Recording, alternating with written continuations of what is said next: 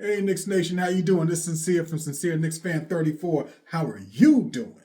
Oh, man, I'm loving this game. The New York Knicks versus Toronto Raptors. New York Knicks won 116-94. Oh, man, whole total team effort. Total team effort. Now, there's some team dynamics that need to be discussed a little bit, but we're going to get into my happy portion. My happy portion. So the happy portion is we won the game. So that's the most important. We won the game, right? 116-94. As a team, we shot 45.8% from the field versus Toronto Raptors with 42% from the field. We shot 35.6% from three-point, whereas the Toronto Raptors shot 29%. We shot 75% from the free throw line, whereas the Raptors shot 52% from the free throw line. We absolutely pummeled them in the rebounding in the boards. 61 rebounds to 27. 61 to 27. Yeah, it was a clinic for real. Assists 27 all. Steals 9 all. Blocks 3 blocks. New York Knicks. Toronto 6.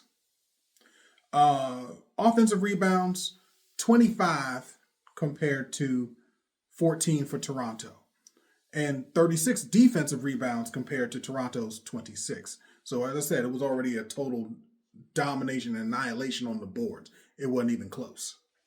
But what I was very happy about, as I said, is that we as a team, a collective, we shot well as a team. We distributed the ball well as a team overall. We did our thing. We did our thing overall. We won the game. This is where I like what I saw. Josh Hart, 20 points, 12 rebounds, 7 assists. He shot 66% from the field, 57% behind the three-point line. Mikal Bridges, 14 points, 2 steals, 2 blocks, 60% shooting from the field, 50% from the three-point. And my man Deuce McBride, 14 points, 45% from the field, 50% from the three-point. All three of these guys, in my opinion, for this particular game, those were the stars of the show. They were the stars of the show.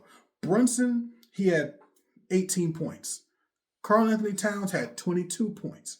Both of them played fairly well. They didn't have monster numbers, but it didn't require them to have monster numbers.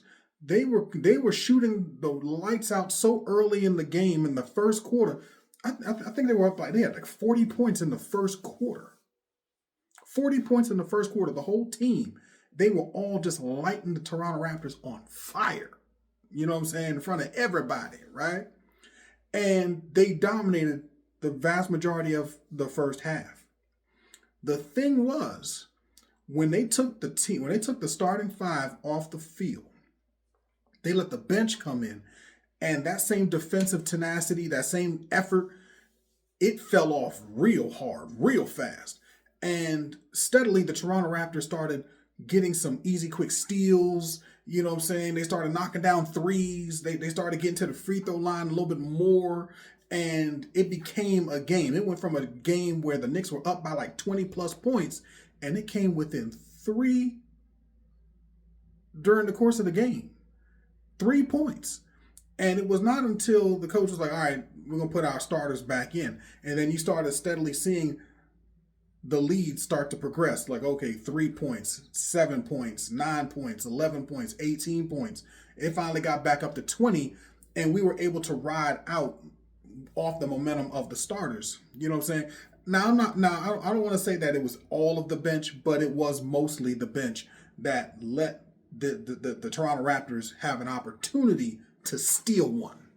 And that's the thing I want to talk about, is the idea that if we want to be known as a great team, if we want to be known as a championship competitor, potentially a championship team, we can't let teams think that, hey, the Knicks are going to let us back in this game. We can't have that. We cannot have that. We cannot allow that.